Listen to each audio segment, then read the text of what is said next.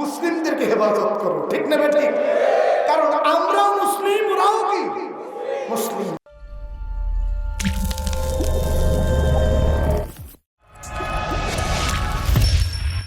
Complete দিন media, ইসলামকে পূর্ণাঙ্গভাবে জানাতে আমরা দৃঢ় প্রত্যয়ী।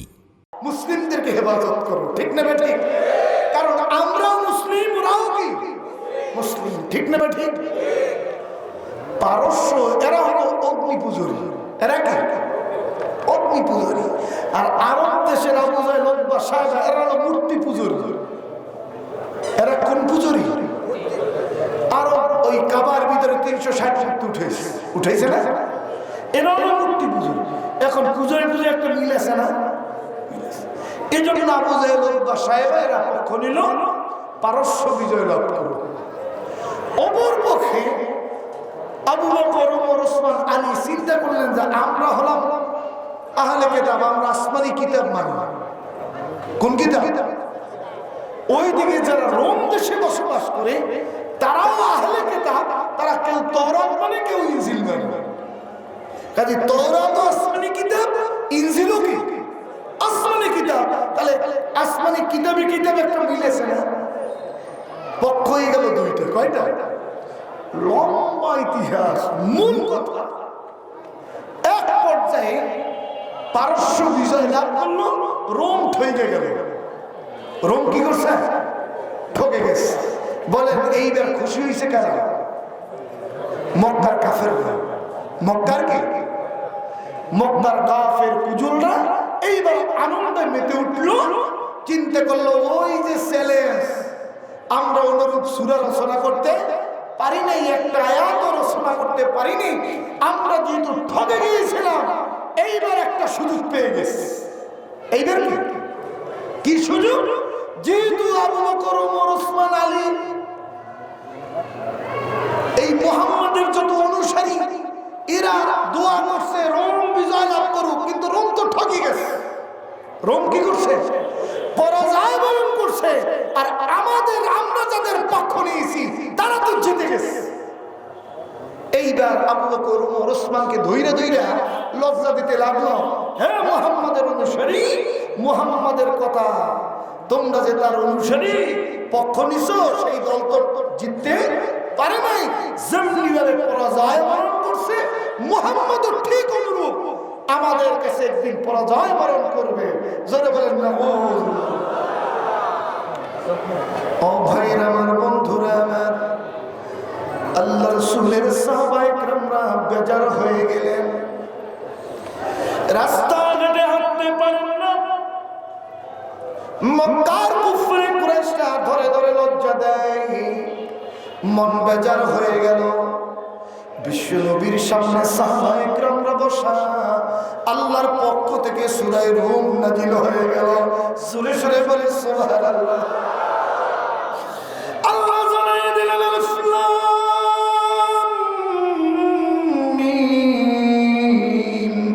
গুলিবাতির রূম। আল্লাহ রাব্বুল আলামিন সর্বপ্রথমে জানাইলেন রোম পরাজয় বরণ করেছে। ফি আদনাল আরদি, সামনের আয়াত আল্লাহ পাক জানিয়ে দিলেন 3 থেকে 9 বছরের ভিতরে, 3 থেকে 9 বছরের ভিতরে পারস্যের উপর দিয়ে রোম বিজয় লাভ করবে। একই দিনে নবী জানিয়ে দিলেন ইসলাম কাফেরদের উপর দিয়ে বিজয় লাভ করবে।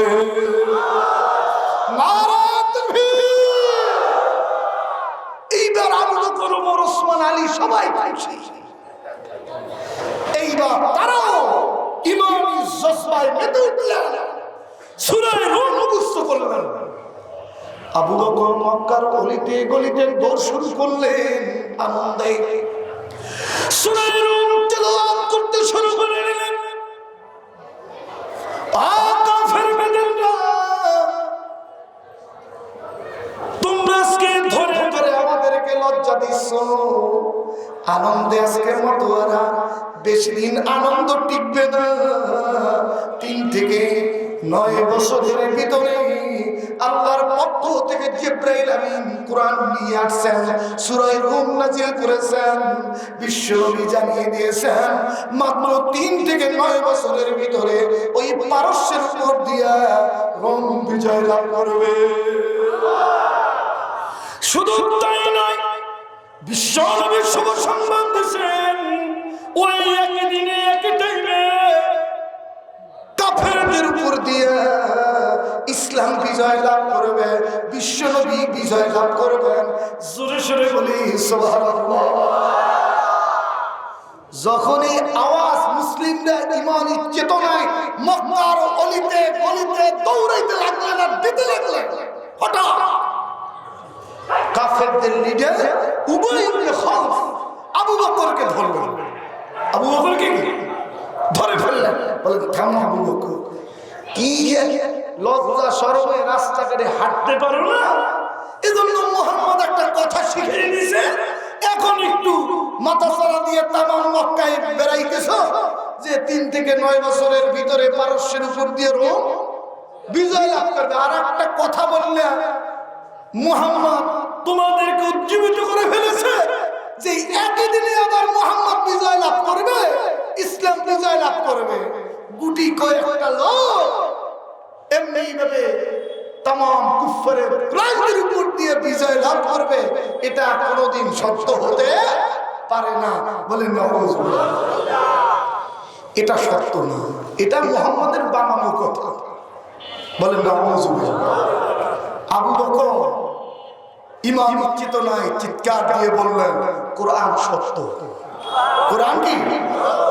অবশ্যই 3 থেকে 9 বছরের ভিতরে এটা ফলবে, 100% ভাবে 100% ফলবে।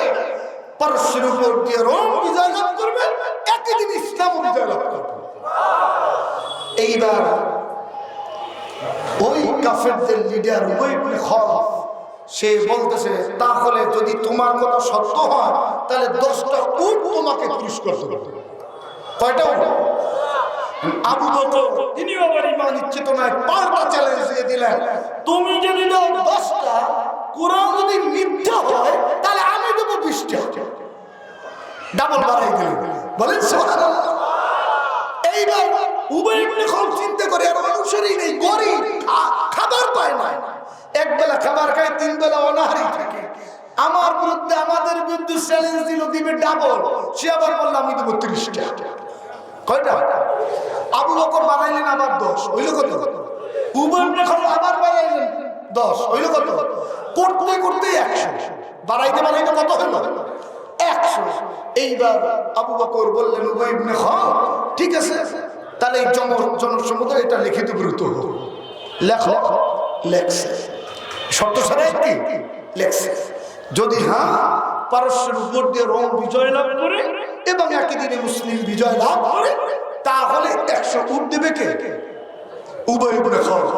আর যদি এইটা সত্যে পরিণত না হয় তাহলে আবু বকর উবাই ইবনে খালফকে দেবে।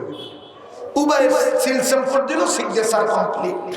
সিগনেচার লম্বা দিয়ে মূল কথা এক পর্যায়ে আবু জাহেল, উতবা, সায়বা আল্লাহর রাসূলকে তার জন্মভূমিতে টিকতে দিল। নবী টিকতে পারছে? জন্ম কোথায়? মক্কায়। রওজা কোথায়? মক্কার লোকেরা নিয়ামত পেয়েছে।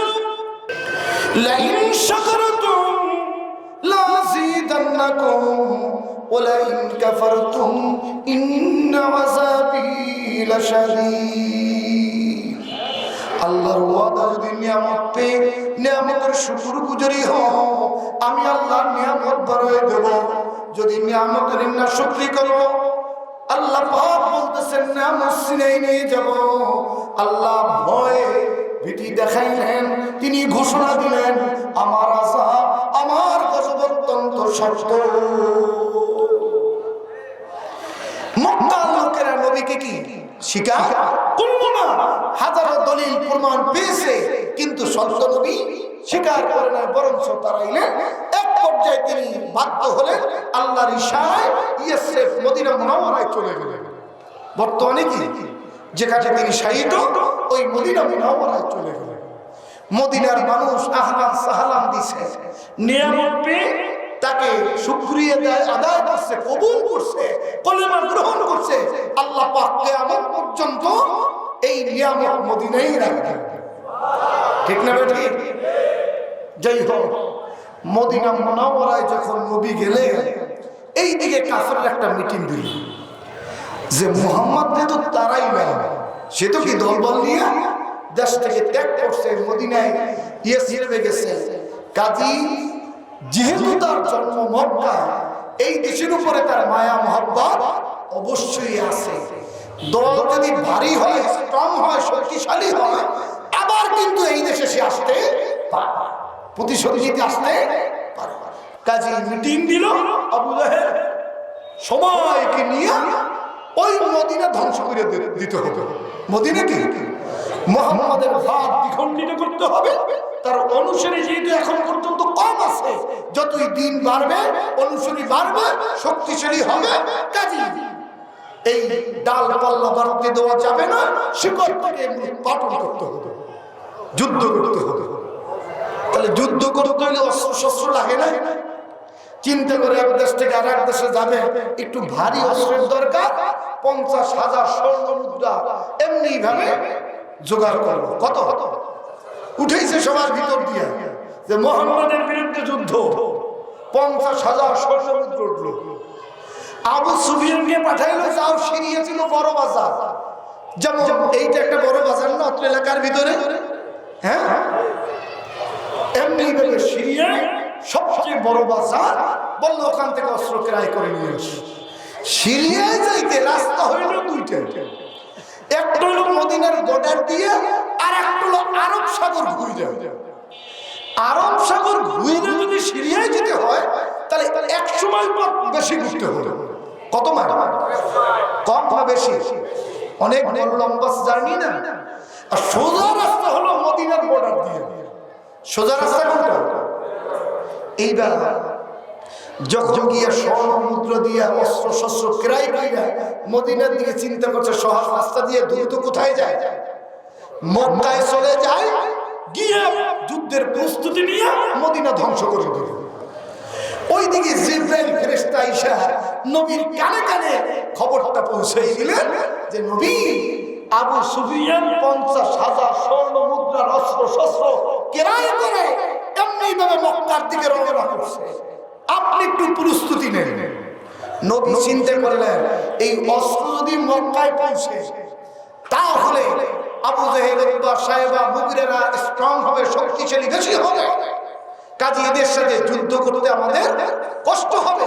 কাজী মক্কায় অস্ত্র পৌঁছে দেওয়া যাবে না।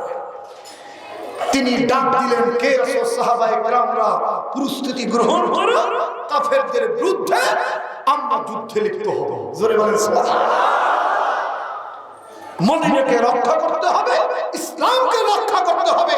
কে আছো যুদ্ধের জন্য রাজি? এক পর্যায়ে দলে তো লোক নেই, দলে কি লোকজন কম, এমনি ভাবে বৃদ্ধ যুবক মিলে 313 জন পাইল। কয়জন?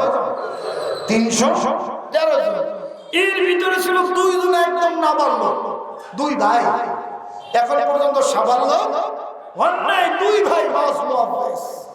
যাই হোক, লম্বা কথা তো, এক পর্যায়ে 313 জন নিয়ে তিনি বদর প্রান্তরে অবস্থান করলেন। নবী কোথায় অবস্থান করলেন? বদর প্রান্তরে অবস্থান। ওইদিকে আবু সুফিয়ান 50,000 স্বর্ণ মুদ্রার অস্ত্র শস্ত্র নিয়ে, তার দলবল নিয়ে আসতেছে মদিনার দিকে। সোজা রাস্তায় যাবে কোথায়? মক্কায়। কিছু দূর যখন বর্ডারের কাছাকাছি আসছে, বর্ডারের ভিতরে পড়ছে, দেখে হাইরে তাজা তাজা এমনি উটের গোবর দেখা যায়। উটের কি? আর আবু সুফিয়ান ইতিহাসে লিখছে, আবু সুফিয়ান ছিল খুব তীক্ষ্ণ মেধার অধিকারী, বিচক্ষণ ব্যক্তি, অত্যন্ত প্রখর মেধার অধিকারী, বিচক্ষণ। আবু সুফিয়ান এইবার সব থামাই দিল যানবাহন, বলে সঙ্গী যারা রয়েছে থামো, মদিনার বর্ডারের সামনে পা দিও না, আমার একটু পরীক্ষা করতে হবে। আমার মনের ভিতরে একটা সন্দেহ ঢুকেছে। কি সন্দেহ? মনে হয় মুহাম্মদ খবর টের পেয়ে গেছে তার দলবল নিয়ে না জানি কোথায় অবস্থান করতেছে, কারণ এত তাজা তাজা গোবর দেখা যায়। কই এটা যে মুহাম্মাদের অনুসারী, গোবর দেখে কিভাবে চিনলেন? বলে এটা তোমরা বুঝবো না, আমি একটু পরীক্ষা করি। কয় একটু পানি নিয়ে আসো। পানির মশক আনলো, এই গোবর হাতে নিয়ে ধৌত করছে। ধৌত করার পরে দেখেছে উঠে যে খেজুর খেয়েছে, খেজুরের আটি চিকন চিকন, দুই একটা আটি পড়ছে না গোবরের ভিতরে, দেখে আটিগুলো চিকন চিকন। মক্কার খেজুরের আটি হইল মোটা, মদিনার খেজুরের আটি চিকন। এই গবেষণা কইরা সে ধইরা ফেলেছে, যদি কোনো আমাদের মতো যদি কোনো মক্কার কোনো কাফেলা উটের যদি গোবর হতো তাহলে থাকতো খেজুরের আটিগুলো মোটা মোটা, কিন্তু এটা যেহেতু চিকন, অবশ্যই যেহেতু দেখা যায় তাজা, এটা অবশ্যই মুহাম্মাদের দল কোথাও আমাদের আক্রমণের জন্য অপেক্ষমান।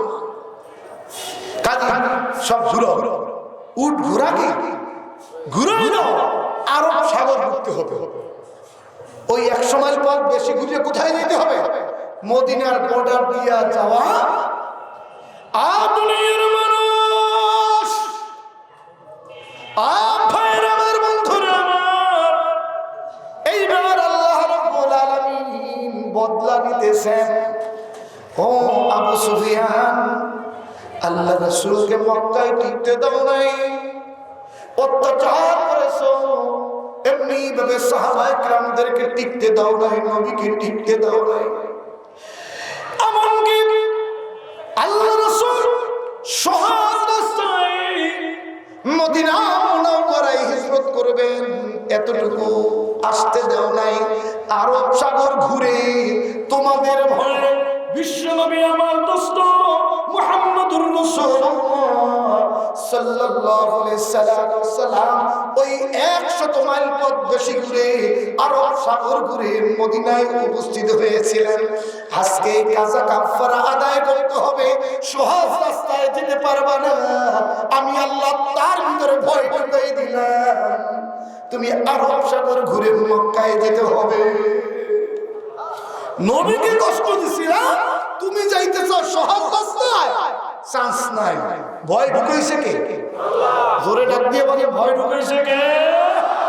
এইবার থরথর করে কাঁপতেছে, বলে সামনে একটা কদম দিও না, ঘোড়াগুলো উটগুলো ঘুরাই দাও।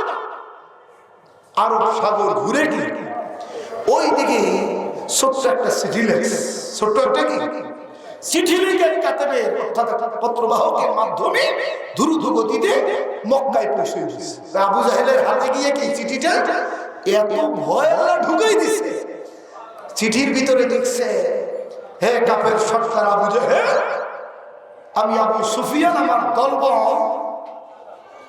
মুহাম্মদ কর্তৃক আমরা কি আক্রান্ত হয়েছি, কাজী দ্রুত গতিতে আমাদেরকে তুমি উদ্ধার করো, মদিনা আক্রমণ করো। মানে এমন ভয় ঢুকছে, না জানে মুহাম্মদ আইসা ধরে ফেলা, অনুসারীরা আক্রমণ করে, এত ভয় ঢুকে গেছে। আরো সাগর ধরল, ওইদিকে চিঠি হাতে পুষে গেল আবু জাহেলের হাতে। আবু জাহেল চিৎকার মেরে মক্কার অলিতে গলিতে দৌড় শুরু করে দিলেন, কি আসো যুদ্ধের জন্য প্রস্তুতি গ্রহণ করো, মদিনা ধ্বংস করে দিতে হবে, মুহাম্মাদের ঘাট দ্বিখণ্ডিত করতে হবে। বলেন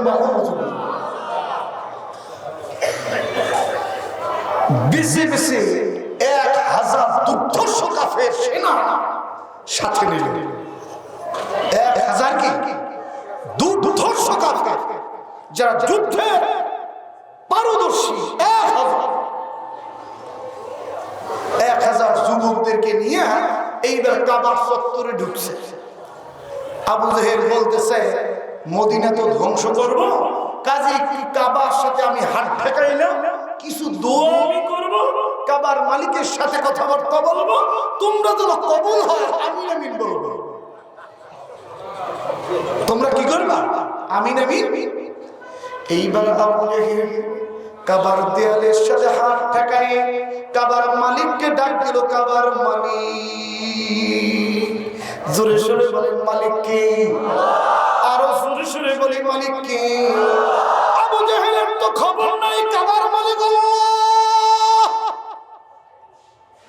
ও মনে করছে কাবার মালিক হলো ওই বড় বড় 360 মূর্তি। এমনি ভাবে মনে করছে কাবার মালিক একা খোদার একা পাওয়া, এই বিদ্যা দেয় বুদ্ধি দেয়, এই খোদায় সে বিপদ থেকে উদ্ধার করে। এইবার ডাক দিল কাবার মালিক, আল্লাহ শুনতেছে কিনা দেখতেছে না, বলতেছে কাবার সাথে হাত ঠেকাইয়া, ও কাবার মালিক নয়া ধর্মের 70 জন লিডারদেরকে ধ্বংস করে দিও, আর সেকেন্ড পর্যায়ের 70 জন লিডারদেরকে বন্দী করায় দিও। 1000 যুবকে বলতেছে আমিন আমিন।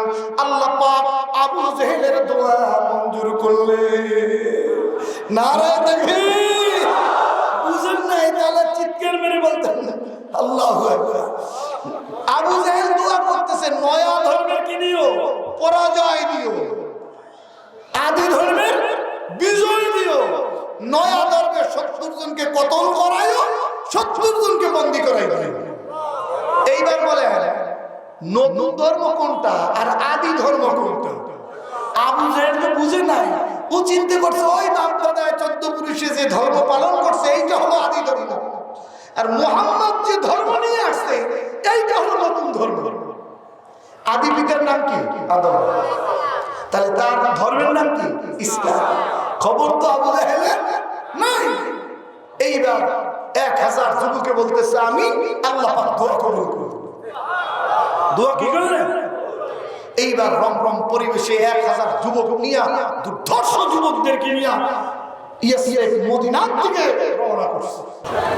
হঠাৎ করে চিন্তায় পড়ে গেল আবু জেহেল, হায় রে হায়, আমি তো আমার সেনা সৈন্য নিয়ে মক্কা থেকে মদিনায় যাইতেছি, আর অনেক পথ পাড়ি দিতে হবে। আমার যে শত্রু সুরাকার সাথে আর আবু জাহেলের সাথে ছিল দীর্ঘদিনের দ্বন্দ্ব। ওই জাহিলিয়াতের যুগে গোত্র গোত্রের সাথে দ্বন্দ্ব কলহ হতো, বছরের পর বছর, যুগের পর যুগ চলত। এইবার আবু জাহেল চিন্তা করে আমি আমার দলবল নিয়ে যাই, তাহলে আমার দলবল নিয়ে যখন যাচ্ছি বাড়িঘর তো খালি, না জানি সুরাকা আমার ঘর বাড়ি সব লুটপাট কইরা নিয়ে যায়, আমার সমস্ত সম্পত্তি না জানি লুটপাট করে। এখন টেনশন ঢুকছে কোন দিকে? ওই তার শত্রুর দিকে সুরাকা। সে তো যুদ্ধে নাই, আমি আমার দলবল নিয়ে যাচ্ছি, না জানি কোন 12টা বাজায় দেয়। এইবার আগের যে গতি ছিল একটু গতিটা একটু দম দিছে না, ইবলিসের যেটা সহ্য। ইবলিস চিন্তা করে হায় রে হায়, আবু জেহেল যদি যুদ্ধে না যায় মুহাম্মদের তো ক্ষতি করা যাবে না, ইসলামের ক্ষতি করা যাবে না। কাজে এইবার সুরাকার সুরত ইবলিস মিয়া যে কোনো সুরত ধরতে পারে না। যদি বলে আমি গাছ হবো গাছ হইতে পারি, বাঘ হবো বাঘ হইতে পারি, এটা আল্লাহর পক্ষ থেকে চাইয়ে নিয়েছিল। সুরাকার সুরত ধইরা আস্তে আস্তে আগাইতেছে কাফেলার দিকে। আবু জেহেল দেখতেছে যারে নিয়ে ভয় করি ওই দিন সুরাকা আসতেছে, আসলে সুরাকা না ইবলিস। এইবার 1000 যুবকদেরকে বলতেছে থামো, ও আসুক, ওর সাথে কিছু আমার চুক্তিবদ্ধ আছে, নসে যুদ্ধে আমি যাব না। যুদ্ধে যুবকরা থেমে গেল। সুরাকা আসছে, সুরাকা না ইবলিস? বলতেছেন সুরাকা বলতেছে ইবলিস মিয়া, ওই কাফের লিডার সর্দার, যে গতিতে তুমি ধাওয়া করছিলা, রওনা করছো, মদিনা উড়াই দেবা, ধ্বংস করবা, কিন্তু তোমার গতিটা দেখতেছি থাইমে গেছে, কারণটা কি? এইবার আবু জেহেল বলে সুরাকা তোমার টেনশনে আমি ছিলাম, কাজী যখনই তোমার টেনশন আমার মাথার ভিতরে এসে গেছে, আমার গতিও কমে গেছে, আমার ভয় হয় তুমি তো আমার শত্রু, যখন আমি মদিনায় যাব না জানি তুমি আমার ঘরবাড়ি লুট করো। এইবার সুরাকা বলতেছে, আসলে সুরাকা না ইবলিস, বলতেছে দোস্ত যাই হোক তুমি তো আমার সাথে দ্বন্দ্ব কলহ শত্রু, ঠিক আছে, যুগ যুগ ধরে যুদ্ধ বিগ্রহ তোমার সাথে, ঠিক আছে শত্রু, তুমিও আমাকে ভয় পাও, আমিও তোমাকে কি, কিন্তু মুহাম্মাদের বেলায় তো আমরা সবে, মুহাম্মাদের বেলায় কি কাজী আমি ওয়াদা দিলাম তোমার কোনো ক্ষয়ক্ষতি করব না। আবু জেহেল বলে সমাজে কিছু লোক আছে মুনাফিক প্রকৃতির, কথা দিয়ে কথা, সোরাকা স্বভাবটা সেই প্রকৃতি ছিল। আবু জাহেল বলতেছে তোমাকে বিশ্বাস করি না, তুমি কথা দিয়ে কথা রাখবা না, আমার সাথে যুদ্ধ অ্যাটেন্ড করতে হবে। বলে ঠিক আছে। ঠিক আছে বললেই হবে না, এই দুই যুবক দেব, দুই ডানা, ডান হাত বাম হাত, ডানা ধরে রাখবে। হাত কি? তাহলে আমি যুদ্ধ করবো কিভাবে? তোমার যুদ্ধের দরকার নাই, আমি তো সপ্তাহ লিডার, আমার সাথে যে 1000 যুবক আছে এরা যুদ্ধ করবো, তুমি শুধু থাকবে। কারণ দুই যুবক দিলাম এই কারণে, যখনই তুমি দেখবা ঘটবার যুদ্ধ শুরু হয়ে গেছে, মাঝখান দিয়ে ভাইগা মক্কায় আইসা আমার ঘর বাড়ি লুটপাট করবে। কাজী এই যুবক দুইজনে দুই হাত ধরে রাখবে যতক্ষণ যুদ্ধ শেষ না হবে। তুমি কি রাজি? তাহলে মদিনা আক্রমণ করবো না চেতনা? আসলে তো সোরাকা না, ইবলিস বলতেছে হ্যাঁ দোস্ত, হ্যাঁ আমি কি রাজি, আমি রাজি। যাই হোক, 1000 দুর্ধর্ষ সেনা নিয়ে যখন বদর প্রান্তরে উপস্থিত হলো, ঘোরতর যুদ্ধ শুরু হয়ে গেল। ঘোরতর ঘোরতর যুদ্ধ শুরু হয়ে গেল। কখন মুসলিমদের বিজয় বিজয় ভাব, কখন আবার কাফেরদের। ওই মুহূর্তে ওই যে দুই ভাই মাঝ মব্বেস, নাবালক দুই ভাই 313 জনের ভিতরে, নাবালক সবচেয়ে কম বয়সী, বড় ভাই ছোট ভাইরে বলতেছে কানে কানে, যুদ্ধে তো অনেক কৌশল কইরা নবীকে রাজি করাইলাম, যুদ্ধে যেহেতু উপস্থিত হয়েছি, নবী আবার আমাদের পাহারাদার চতুর্দিকে সাহাবায়ে কেরামদেরকে রেখে দিয়েছে, আমরা যেন সামনে যাইতে না পারি। এইবার ছোট ভাইরে কানে কানে তারা পরামর্শ করলো যে ছোট ভাই, দেরি করার সুযোগ নাই, ঘোরতর যুদ্ধ, না জানি ইসলামের ক্ষতি হয়, না জানি প্রাণের নবীর ক্ষতি হয়, ক্ষতি হতে দেওয়া যাবে না। আমরা সুযোগ খুঁজে যখন দেখবো সমস্ত সাহাবায়ে কেরামদের নজর ওই যুদ্ধের দিকে, আবু জাহেলের দিকে, আমাদের দিকে একটু নজর কম, এই ফাঁকে বড় ভাই ছোট ভাইকে বলতেছে, ছোট ভাই যেহেতু আবু জাহেলকে দেখা যায় তার দেহ অনেক লম্বা, ঘাড় বড়, ঘোড়ার তেজস্বী, ঘোড়ার পিঠে, কাজী আমরা তো ছোট মানুষ, আমরা তার ঘাড় লাগর পাবো না, তাকে যে আমরা হত্যা করব, কাজী যুদ্ধ করব, ঘাড় যেহেতু লাগর পাবো না, কাজী আমি বড় ভাই তোমাকে পরামর্শ দিলাম, আমি সামনের দিকে থাকবো, আমি ওর তরবারিতে টাকাটাকি করব, আর তুমি ছোট ভাই সুযোগ খুঁজে যখন দেখবার নজরটা আমার দিকে, কাজী তুমি দেরি করবে না, পিছন দিক দিয়া ওর ঘোড়ার ঠ্যাং কেটে দিবা। যেই মধ্যে সেই গাছ, ঘোরতর যুদ্ধ শুরু হয়ে গেল। দুই ভাই দর শুরু করলেন, বড় ভাই সামনে গিয়া তরবারিতে টাকাটাকি শুরু করে দিল, ছোট ভাই পিছন দিক দিয়ে ঘোড়ার ঠ্যাং কেটে দিল। আল্লাহর কি ইশারা, সঙ্গে সঙ্গে আবু জাহেল মাটিতে শুয়ে পড়ে গেল। বড় ভাই দেরি করলেন না, লাফ দিয়ে বুকের উপরে চললেন। ছোট ভাইও কার্পণ্যতা করলেন না, তিনিও দেরি করলেন না, কোমরের উপরে ঝাঁপ দিয়ে উঠে গেলেন। ওই দিকে আসমান থেকে ফেরেশতারা দেখতেছেন, আর আল্লাহর কাছে আবেদন পেশ করলেন, আল্লাহ ইবলিসকে যে কোনো সুরাত দেওয়ার ক্ষমতা দিয়েছো, কিন্তু মানুষের বিরুদ্ধে সরাসরি যুদ্ধের ক্ষমতা দাও নাই, পারমিশন তুমি দাও নাই, তোমার হুকুমকে লঙ্ঘন করেছে। আজকে সূরাকার সুরত ধরে আজকে বদর প্রান্তরে বিশ্ব নবীর বিরুদ্ধে সরাসরি যুদ্ধে অংশগ্রহণ করেছে। আমরাও আসমানের ফেরেশতা, মানুষের বিরুদ্ধে যুদ্ধের পারমিশন আমাদের নাই, কিন্তু তোমার দরবারে আপিল করলাম, ওই ইবলিসের বিরুদ্ধে যুদ্ধ ঘোষণা করলাম। যেহেতু ইবলিস আজকে সূরাকার সুরত ধরে তোমার লঙ্ঘন করেছে, বদর প্রান্তরে সরাসরি হাজিরা দিয়েছে, যুদ্ধে উপস্থিত হয়েছে, আমাদেরও অনুমতি দাও, ওই শয়তানের বিরুদ্ধে আমরা বদর প্রান্তরে উপস্থিত হব। 3000 ফেরেশতা আসতেছে। কোথায় আসতেছে? আল্লাহ পাক অর্ডার করে দিলেন, অনুমতি দিয়ে দিলেন, যাও তোমরা বদর প্রান্তরে চলে যাও। জোরে সোরে বলি সুবহানাল্লাহ। আসমান থেকে ফেরেশতার বহর নামতেছে। ওই সুরাকার সুরতে ইবলিস মিয়া থরথর করে কাঁপতেছে আর বলতেছে, স্যার, যুবকদেরকে বলতেছে কি, আরে জলদি করে স্যার, রেহাই একজনও পাবে না, জলদি করে স্যার।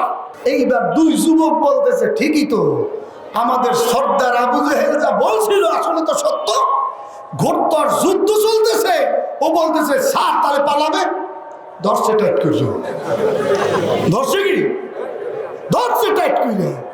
এইবার বলতেছে, আসলে জলদি করে স্যার, আমি যা দেখি তোরা তা দেখো না। বলে আবার কেমন কথা, তুমি যা দেখো আমরা তা দেখি না। আসমান থেকে ফেরেশতা আসতেছে, আসমান থেকে কি রেহাই নাই, জলদি করে স্যার। ধরছে তো টাইট কইরা। এইবার বল, দেখে তো সারে না। বলে আসলে আমি সুরাকা না, আমি ইবলিস, আমি শয়তান। আমি কি ইবলিসের নাম চললে যুবক একটু থকাই গেছে না, ভয় পেয়ে গেছে। হাত দিছে ঢিল করে, বাতাস হওয়ার ক্ষমতা আছে তো, বাতাস হয়ে ভাগছে, বাতাস হয়ে কি ভাগছে। বড় ভাই কোমরের উপরে, ছোট ভাই, বড় ভাই বুকের উপরে, ছোট ভাই কোমরের উপরে। এই দুই নাবালক শিশু এত বড় বীর পাহলা, তাকে কি আসলে সাইবে রাখা সম্ভব? সম্ভব? ফেরেশতারা ডাক দিয়ে বলতেছে, যে যেখান থেকে পারো ওরে ধর চাইবা। কেউ ধরছে মাথা, কেউ ধরছে হাত, কেউ পা। লড়ার ক্ষমতা আছে? জোরে বলেন, ক্ষমতা আছে? এইবার বড় ভাই বলতেছে, আবু জাহাল নবীর দুশমন, আজকের তরবারির দ্বারা ফয়সালা হবে। সুযোগ দিলাম, কলেমা গ্রহণ করো। যদি কলেমা গ্রহণ করো তোমাকে মুক্ত করে দিব, ছেড়ে দেওয়া হবে। কিন্তু যদি কলেমা গ্রহণ না করো তরবারির দ্বারা ঘাড় দ্বিখণ্ডিত করে দিব। ঘাড় কি হবে? দ্বিখণ্ডিত। আবু জেহেল ছিল অহংকারী, নবী সত্য জানতো না, বহু দলিল প্রমাণ দেখেছে, সত্য নবী বুঝেছে। চিন্তা করে, আমার তাহলে লিডারগিরি টিকে না, আমার দল বলের হাতে তো আমার অনুসারী, তাহলে আমার কি নেতৃত্ব থাকে না, লিডারগিরি সর্দারগিরি থাকে না যদি মুহাম্মাদের হাতে বয়াত হই। আসলে কিন্তু জানতো মুহাম্মদ সত্য, অহংকারী, অহংকারের বশবর্তী হইয়া এইবার বলতেছে যে কলেমা নিতে রাজি। ঠিক আছে, তাহলে তাহলে কি গদ্দাম শেষ? বলে থামো, আবদার আছে। নিয়ম ছিল, কেউ আবদার করলে কি আবদারটা রাখা। বলে কি আবদার? বলে কাটবা তো ঘাটটা, কিন্তু ঘাটটা একটু এই গোড়া দিয়ে কেটু, মাছ বরাবর না। কোন দিক দিয়ে? এই ঘাড়ের এই সিনার লোক দিয়ে কি ঘুরাইয়া কাইটো। এখন দুই ভাই আশ্চর্য হয়ে গেলেন। বলে আবু জেহেল কলেমা গ্রহণ করবে না, ঘাট দিতে চায়, তা আবার তার মন মতো কাটতে বলে, কারণটা কি? বলে ঘুরাইয়া কাটতে, কারণটা কি? বলে এই আবু জেহেল কারণটা কি? বলে তোমরা তো ছোট মানুষ, এর দূর বুঝবা। কারণ হলো আমি যে এত বড় সর্দার লিডার, আমার ঘাটটা দেখে যেন বোঝে যে যেমন তেমন লিডার না, ঘাটটা এত বড়। জোরে বলেন না, আর মরার সময় অহংকার ছিল কি ছিল না? হ্যাঁ, যে ঘাটটা দেখে বুঝু যে যেমন তেমন সর্দার ছিল না আবু জেহেল, ঘাটটা এত বড় লম্বা না। গদ্দার দ্বিখণ্ডিত হয়ে গেল, 70 জন লিডার কতল হয়ে গেল। কয়জন? সেকেন্ড পর্যায়ে 70 জন বন্দী হয়ে গেল। মুসলিমরা নারায়ে তাকবীর আল্লাহু আকবার ধ্বনি দিলেন। মুসলিমরা বিজয় লাভ করলেন, কাফেররা পালাইতে লাগলো। 70 জন কতল, 70 জন বন্দী, মুসলিমরা বিজয় লাভ করলেন। জিব্রাইল ফেরেশতা নবীর কানে কানে বললেন, নবী গো, এই টাইমে এই মুহূর্তে পারস্যের উপর দিয়া রোম বিজয় লাভ করেছে। নারায়ে তাকবীর, নারায়ে তাকবীর। সাহাবারা খুশি না বেজার? ওই মনে আছে না ওয়াজ? ওই 100 উট চুক্তিনামা মনে আছে? এইবার আবু বকর বলতেছে, নবী একটু অনুমতি দেন, চুক্তিনামা আছে, একটু 100 উট নিয়ে আসি, আর কোরআন যে সত্য, ইসলাম যে সত্য, একটু প্রচার করে আসি। নবী এইবার অনুমতি দিলেন, যাও মক্কায় চলে যাও। মক্কায় কি এক পর্যায়ে আবু বকর চুক্তিনামা নিয়ে গেলে, যাইয়ে দেখে হায় রে হায়, ওই যে লিডার, কাফের লিডার উভয় ইবনে খালফ, দেখে যে সে ওই যে 70 জন কতল হয়েছে তার ভিতরে সেও একজন। তার জিন্দা নাই, জিন্দা কি জাহান্নামে চলে গেছে। এখন ছেলে সন্তান যারা আছে তাদের কাছে গিয়ে পেশ করলো, তোমরা তো তার কি কাজী, আজকে তোমরা তার সয় সম্পত্তির মালিক, এখন কারা ওয়ারিস কারা? কাজী এই তোমার বাবার চুক্তি, তাড়াতাড়ি এই 100 উট দাও। এখন বাইরে ওই তার সন্তানরা দিতে কয়, যদি তোমরা না দাও তাহলে সব মক্কার লোক নিয়ে বিচার ফয়সালায় বসবো। বিচার ফয়সালায় যেহেতু তোমার বাবার সিগনেচার আছে, সিলচপ্পর আছে, আমারও কি সিলচপ্পর আছে, সাক্ষী সমন্ত আছে। বলে তাহলে একটু কাজ করেন, আপনি বসেন, আমরা একটু বুঝ করি আসি। বুঝ করতে গেছে আবু সুফিয়ানের কাছে। কার কাছে? সে অনেক বুদ্ধিমান না, গোবর ধৌত করলেই বুঝছে যে কোন দেশের উট, মদিনার উট। তাহলে কি জানি না, এইবার গেছে মুরব্বীর কাছে গিয়ে বলে, খবর তো ভালো না। কি খবর? এমনি আবু বকর আসছে 100 উট নিতে, চুক্তিনামা ছিল যে বাবার সাথে। কয় হ্যাঁ, তো আমরাও জানি। কয় জলদি করে, সবাই জানার আগে জলদি করে 100 উট দিয়ে দেবো। বলে কারণ? যত দেরি করবা, কোরআন যে সত্য, ইসলাম যে সত্য, এইটা তত প্রকাশ বেশি পাবে। কাজে মক্কা থেকে তাড়াতাড়ি 100 উট নিয়ে মদিনায় চলে যা, তাহলে এদেশের মানুষ বেশি জানবে। 100 উট দিয়ে দিস। 100 উট কি? আবু বকর সে জ্ঞানী না, এখন রওনা করছে। জন্মভূমি মক্কায়, মামু বাড়ি খালু বাড়ি কোথায়? হ্যাঁ, এইবার দীর্ঘদিন আসতে পারে না এই মক্কায়, আর মামু বাড়ির দিক রওনা করছে। এখন বলে আপনি যাইবেন এই পথে মদিনায়, ওই দিকে যান, কারণটা কি? বলে এতদিন তো আসতে দাও না, একটু মামু বাড়ি যাই দেখা করতে। মামু বাড়ি গেছে, সাথে 100 উট। কত?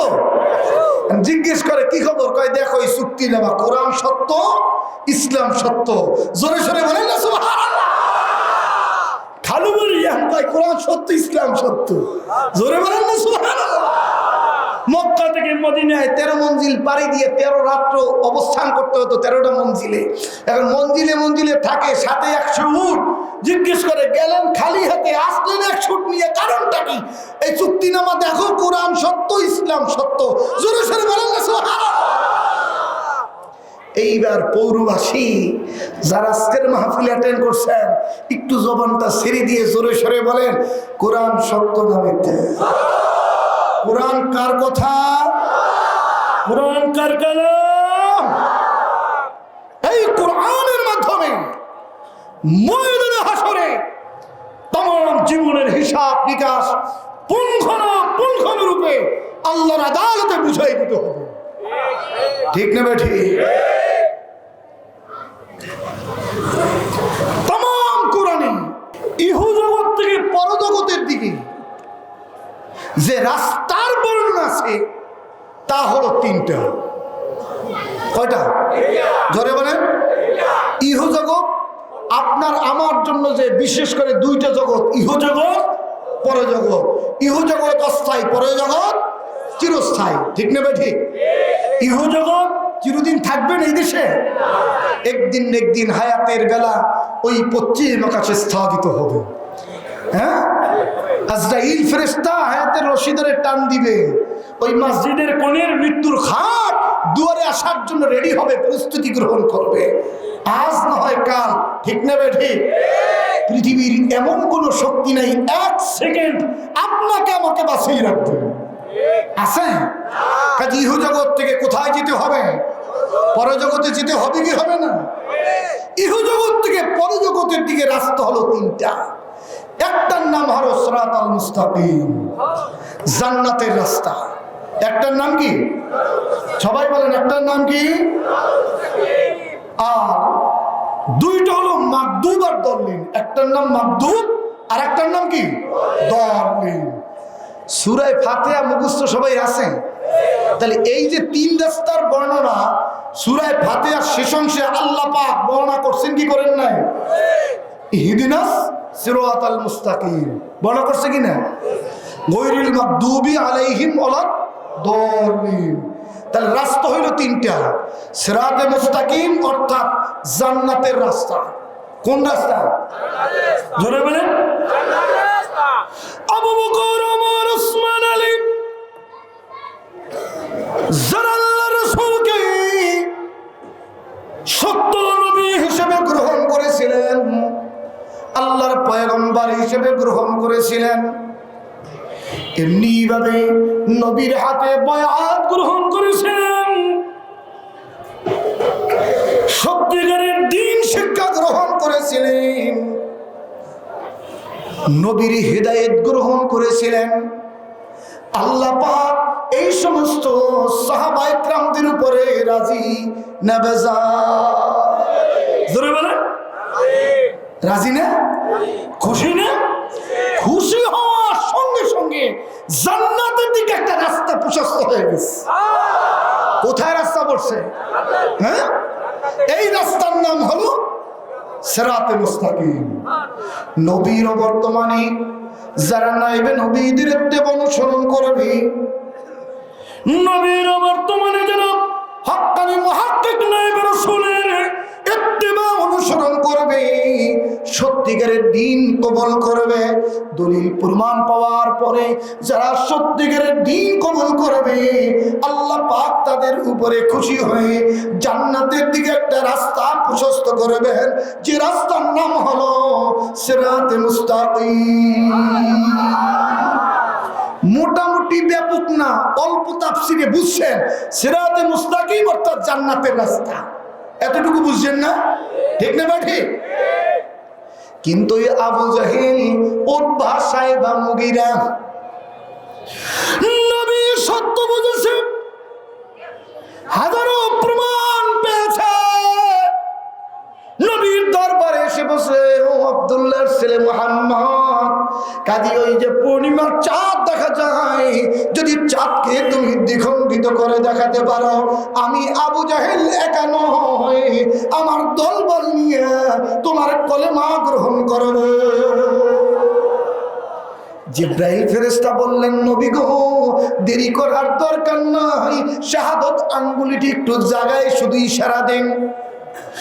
মুখ দিয়ে বলতে হবে না, শুধু একটু ইশারা দেন। নবী শাহাদত আঙ্গুলি জাগাইলেন, চাঁদের দিকে ইশারা দিলেন, ভাগ কি হন, দ্বিখণ্ডিত হন। সঙ্গে সঙ্গে তাফসীর প্রমাণ করি, চাঁদ দ্বিখণ্ডিত হয়ে কাঁপতে কাঁপতে জমিনের দিকে পড়ে যাচ্ছিল।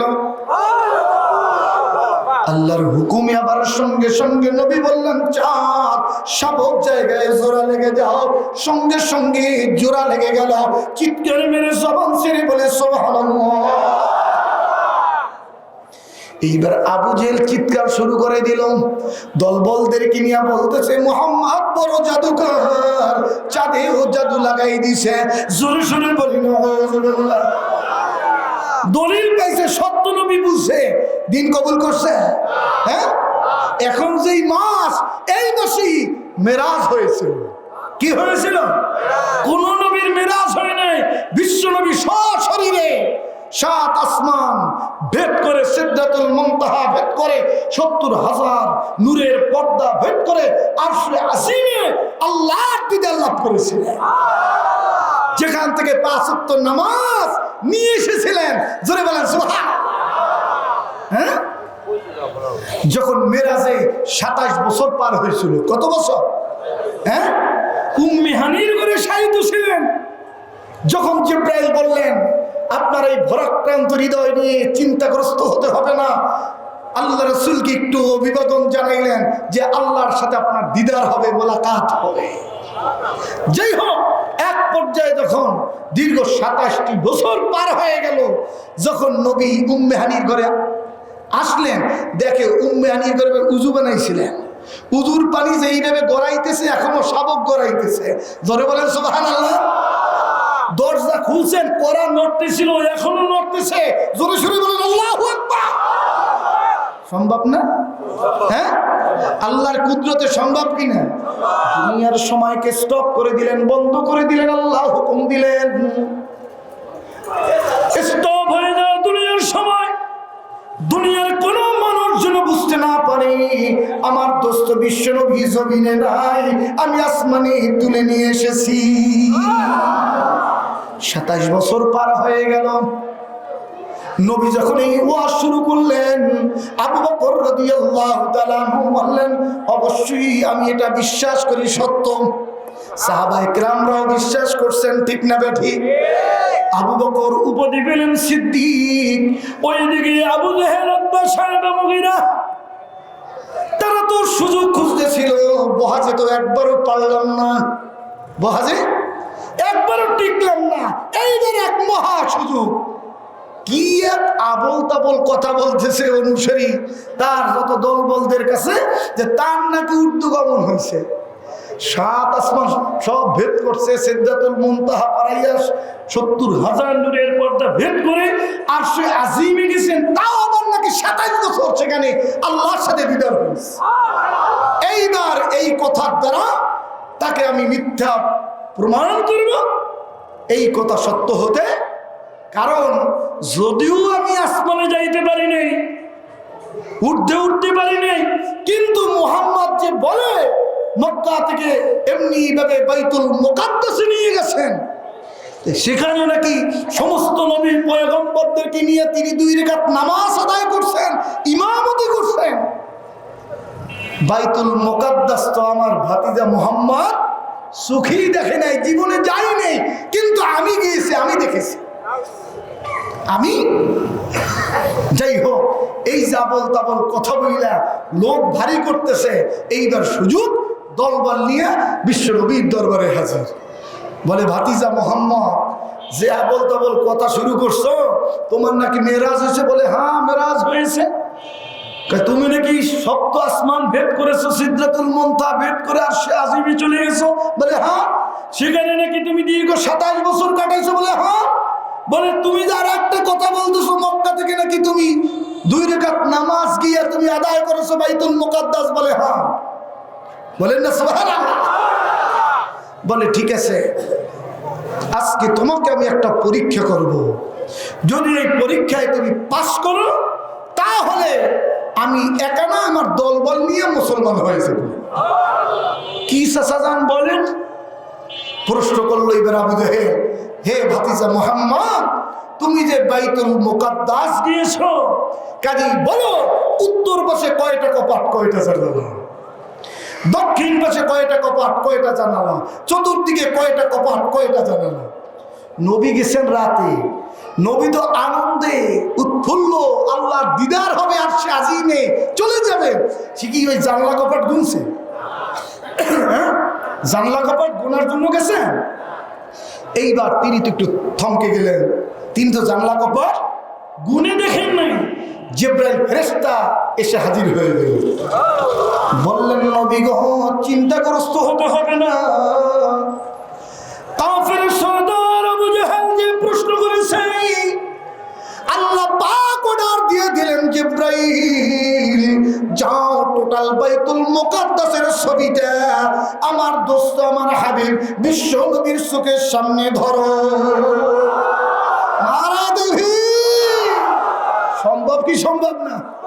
হ্যাঁ সম্ভব, আল্লাহর কুদরতে সম্ভব। এইবার টোটাল ছবিটা জিবরাইল ফেরেশতা চোখে ধরছে। এইবার গুনে গুনে বলতেছে, উত্তর পাশে এই কয়টা কপাট, এই কয়টা জানালা, দক্ষিণ পাশে এই কয়টা কপাট, এই কয়টা জানালা। আবু জেহেল গেল, হায় রে হায়, সব তো মিলে গেল। সব কি? বলে, মস্ত বড় জাদুকর ভাবছে। বলেন না হুজুবিল্লাহ।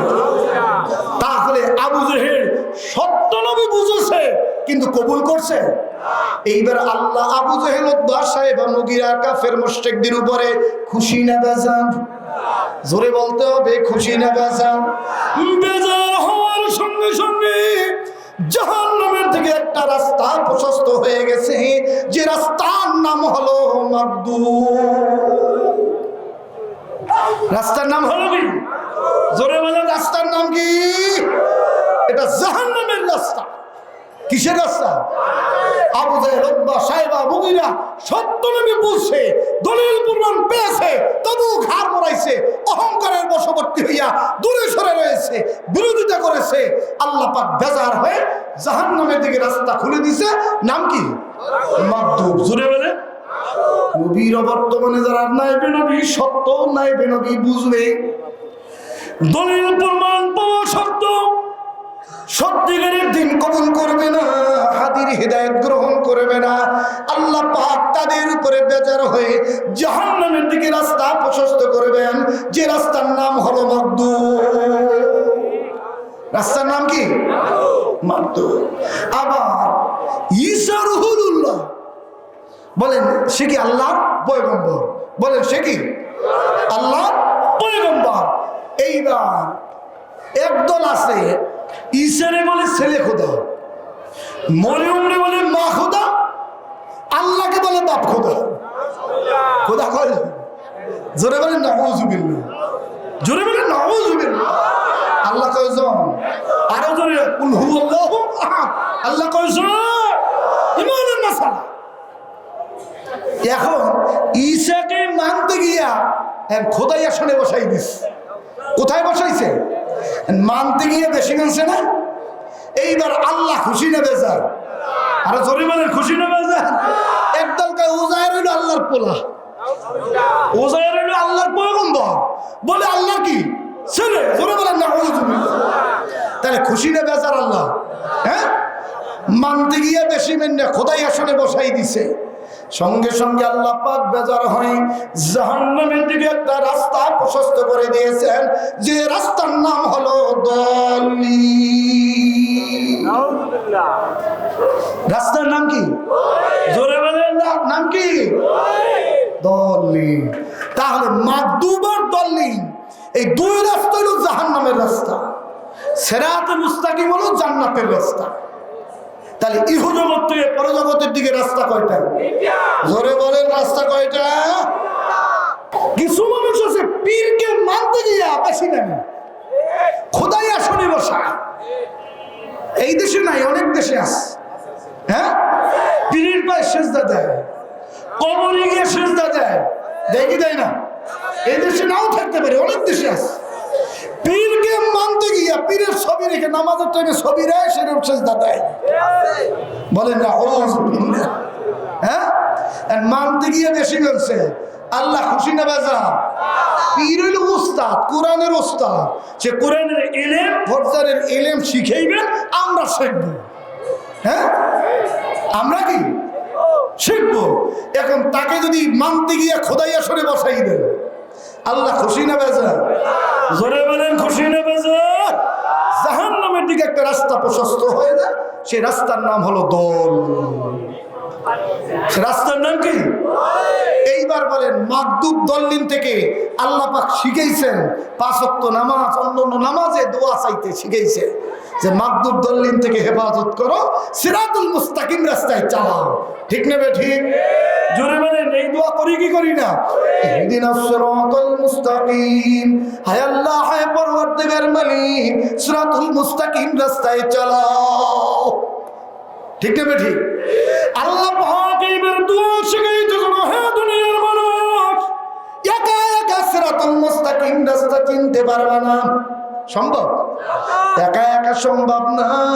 সিরাতাল্লাযীনা আন'আমতা আলাইহিম, এইভাবে দোয়া চাও, ওই সমস্ত লোকদের ইত্তেবা অনুসরণ করার তৌফিক দাও যাদেরকে নিয়ামত দ্বারা তুমি ভূষিত করেছো। নারায়ে তাকবীর। একা একা সিরাতুল মুস্তাকিম রাস্তায় চলা যাবে না। যত বড় পাণ্ডিত্যওয়ালা হোক, যত বড় ডক্টরের তৈরি হোক, যত বড় মুফতি হোক, মুহাদ্দিস হোক, মুফাসসির হোক, একা একা সিরাতুল মুস্তাকিম রাস্তায় থাকা যাবে না।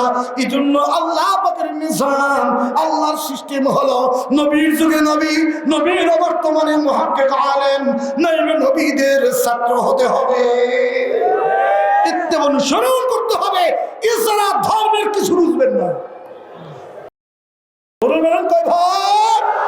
এই 2 ভাগ মুখস্থ করলেন, এটা মুখস্থ করা ফরজ। মুখস্থ করা কি? নামাজ পড়া কয়েকটা ফরজ। জোরে বলেন। 5 ওয়াক্তের নামই জানেন না, আপনি নামাজি? হ্যাঁ, নামাজের মাসলা মাসাইল শেখা মুখস্থ করা নফল না ফরজ? জোরে শুনে বলেন নফল না ফরজ? 1 নম্বরে লাগবে ঈমান, আল্লাহ পাক বলতেছেন। 2 নম্বরে লাগবে আমল।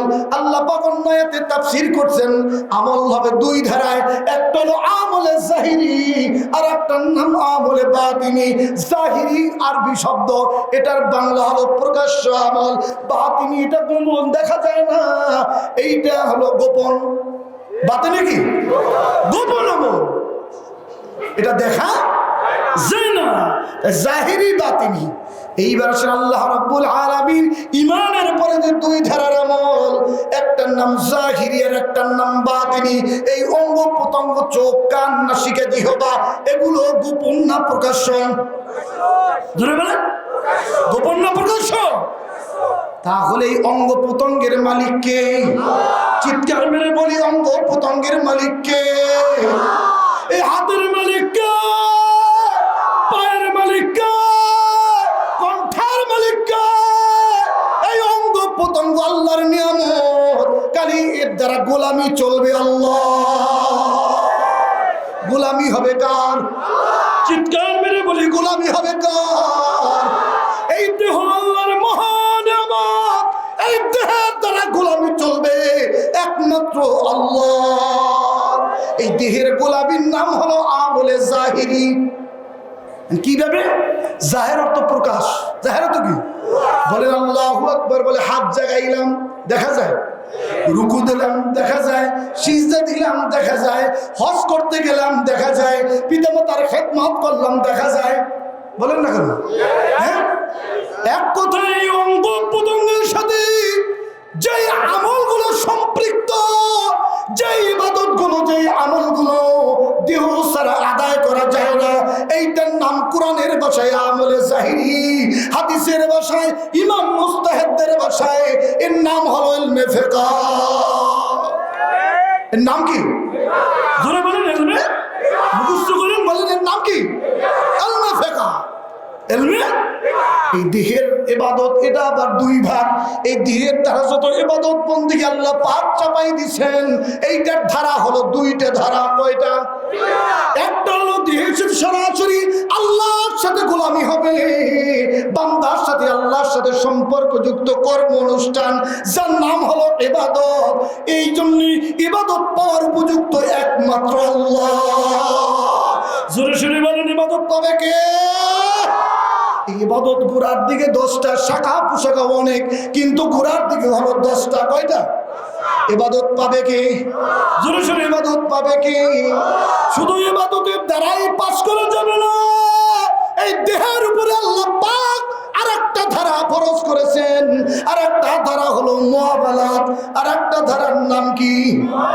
হ্যাঁ, মুআমালাত সৃষ্টি জগতের হক, ভাই ভাইয়ের হক, স্বামী স্ত্রীর হক, পিতা মাতার হক, খানা পিনা নেকা রোজগার, হালাল হারাম দুশ্রী সোহবত, নির্জন বা সফর, পিতা মাতার সন্তানের হক, ছাত্র ওস্তাদের হক আছে কি নাই?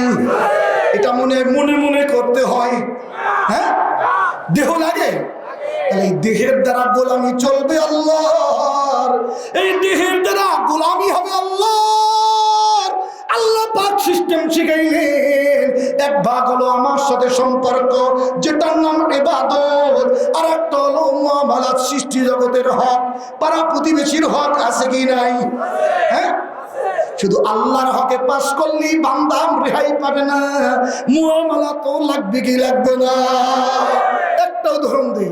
এক ব্যক্তি 50 বার হজ করছে, জীবনে নামাজ পড়ে সামনের কাতারে তাকবীরে উলার সাথে, তাসবিহ সকাল থেকে সন্ধ্যা পর্যন্ত তাসবিহ হাতে থাকে, দাড়ি টুপি জুব্বা সব সুন্নতি ঠিক আছে, কিন্তু পিতামাতার খেদমতের ধারি ধরে না, পিতামাতার অবাধ্য, পাস না ফেল? এই নামাজ, হজ, যাকাত, এটা হলো ইবাদতের অংশ। আর একটা অংশ দেহ ছাড়া হয় না, পিতামাতার খেদমত। লাগবে কি লাগবে না? হ্যাঁ, লাগবে লাগবে। তাহলে ইবাদতেও পাস করতে হবে, মুআমালাতেও পাস করতে হবে। তাহলে দেহের দ্বারা আল্লাহর গোলামি সঠিকভাবে কিতাবি ধারায় হবে। এক ভাগ করবেন আর এক ভাগ ছাড়বেন, এই গোলামি আল্লাহর আদালতে কবুল হবে না। আপনি অপরাধী হবেন, আপনি জাহান্নামী হয়ে যাবে। কি হবে? এইবার বলেন, এই দেহের ভিতর রুহু আছে কি নাই? কিভাবে বললেন আছে? দেখছেন, শুনছেন, ধরছেন?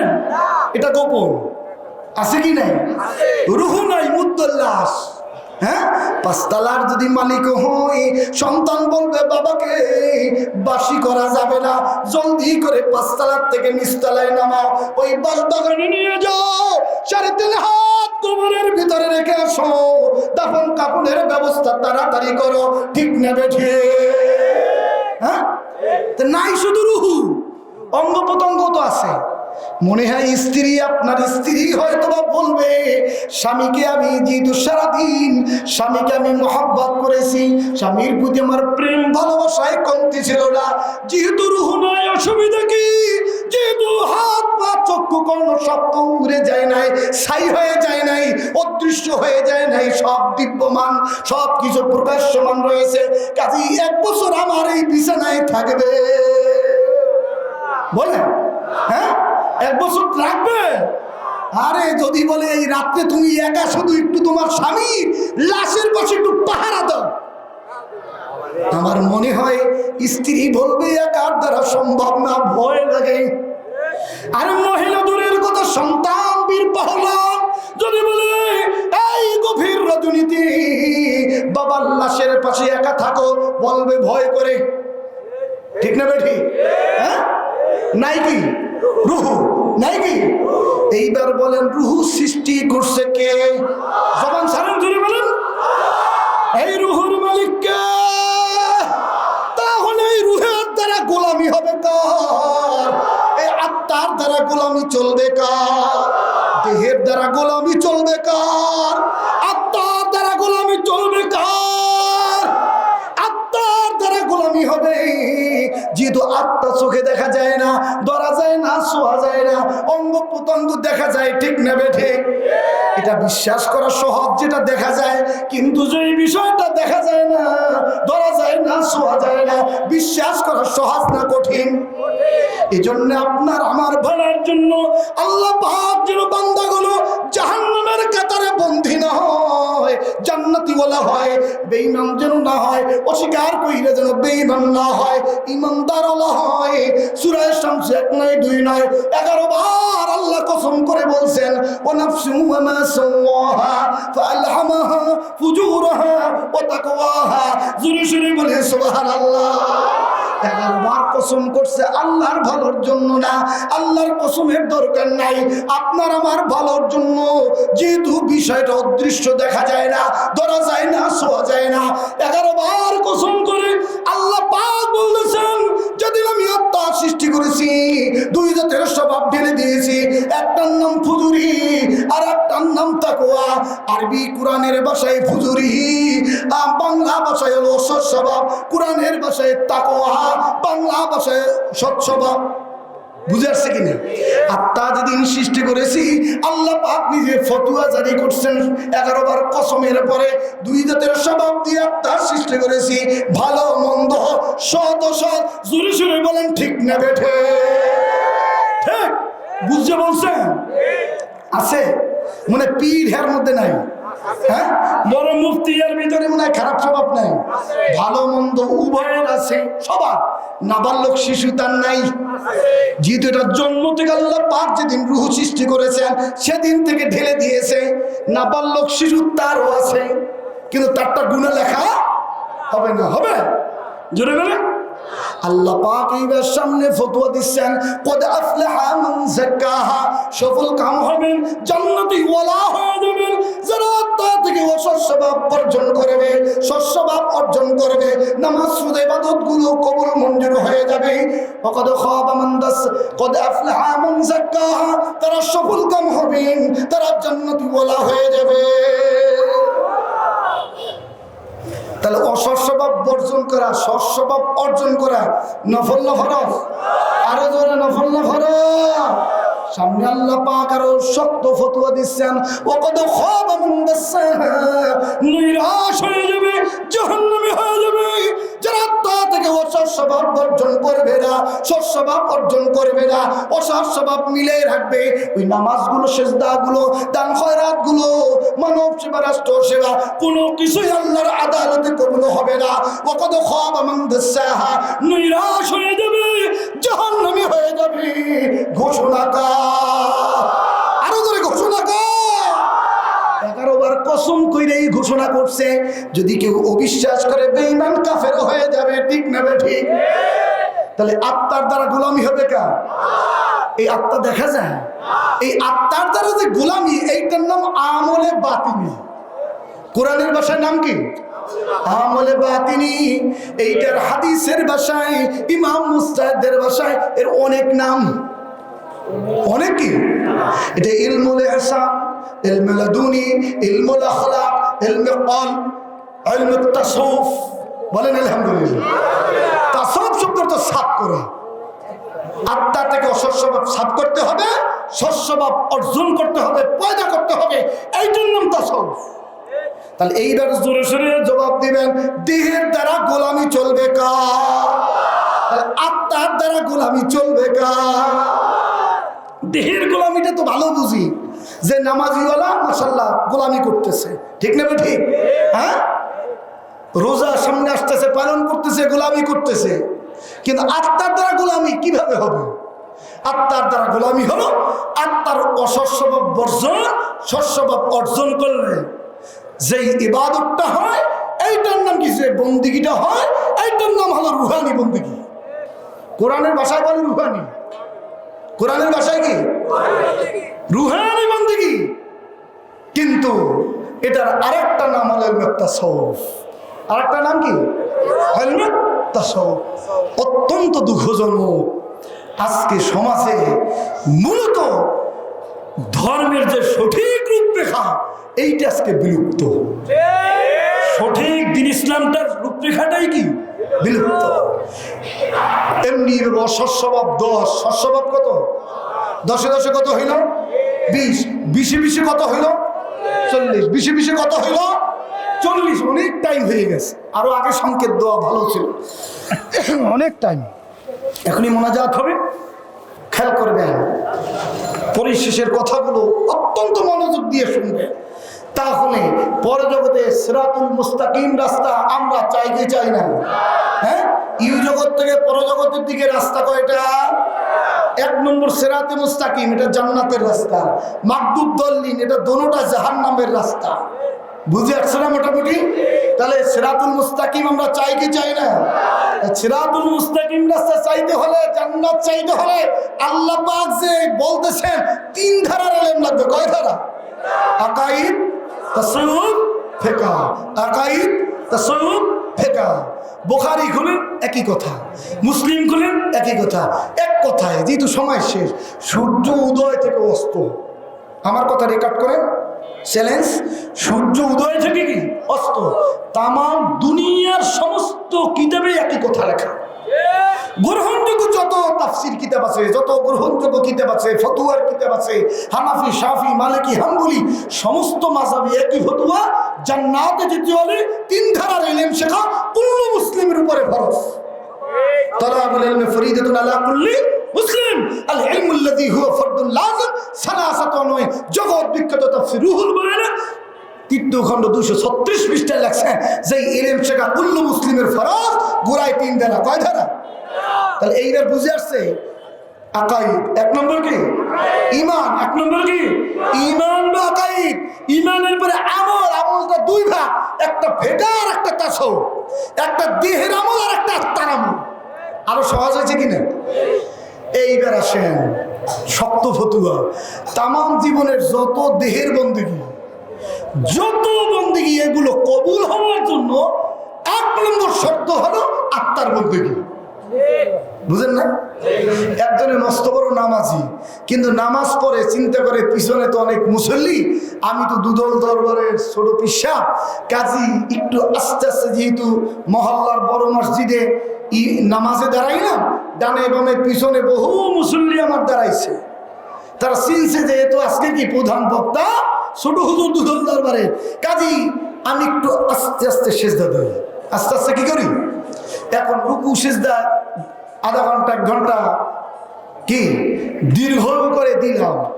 এখন বলেন দোয়া কালাম যা যেখানে পড়া লাগে সব আদায় করলাম। সুন্নতি লেবাস আছে না? দাড়ি টুপি জুব্বা জায়গা পাক 70 টাকা কেবলামুখী সব আর কানা হাকান সব ঠিক রাখলাম, সব কি ঠিক। এইবার বলেন সওয়াব কতটুকু নিলাম? হ্যাঁ, আমি তো দাঁড়িয়েছে টুপি আছে রুকু দিলাম সিজদা দিলাম কোরআন কিতাব সব এমনি সহি শুদ্ধ পাবেন সব তিলাওয়াত করলাম, রুকু সিজদায় কোথাও কোনো ভুল করলাম না, বরং ধীর গতিতে আস্তে আস্তে আদায় করলাম, সব হবে? হ্যাঁ, এই খাটনির পরিবর্তে জাহান্নামের ডান্ডি খাওয়া লাগবে না? লাগবে। ফতুয়া দিছে কে? মুসল্লিদের জন্য অয়েল দোজক, ভয়ানক দোজক। আমরা যে মুসল্লি আপনাদের কথা বলে না, এবার ভয় পেয়েন না যে আমরা তো নামাজ পড়ি আমরা মুসল্লি, আমাদের কথা হুজুর বলতেছে অয়েল দোজক। আল্লাহ সামনে তাফসীর করছেন আল্লাযীনা হুম ইউরাউনা ওয়া ইয়ামনাউনাল মাউন, ওই মুসল্লির জন্য অয়েল দোজক, ভয়ানক দোজক। যাদের আত্মার ভিতরে আছে রিয়া, আত্মার ভিতরে আছে চরম কৃপণতা দখিলি, এই মুসল্লিদের নামাজ কবুল হবে না, এদের জন্য ভয়ানক দোজখ। ভয়ানক কি? আপনাদের কথা না, কোন মুসল্লি? যারা ওই নামাজ পরে আস্তে আস্তে মানুষ আমার বড় মুসল্লি মনে করু, সুনামের আশায় দুর্নামের ভয়ে যে ইবাদত করা হয় এটার নাম রিয়া। এটার নাম কি?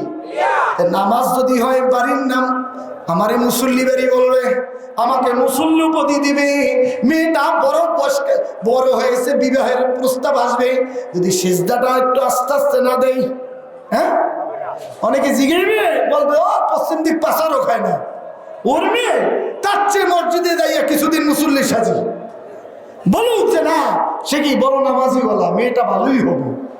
এখন নামাজ পড়লেন কারে দেখানোর জন্য? সমাজ লোক দেখানো। এই নামাজ কবুল হবে? কবুল হবে? আবার আছে বখিলি, বখিল কে করে এই মাসলা তো জানেন না। হ্যাঁ, বখিল কারে কয় তাই তো শিখেন না। ও শোনেন মজা নেওয়ার জন্য, ও শোনেন মজা নেওয়ার জন্য, লাফানোর জন্য, কাদার জন্য, কাঁদবেন বাড়িতে যাবেন ওখানেই শেষ। আমল জীবনে চেঞ্জ হয় না। হবে কিভাবে? হবে কিভাবে?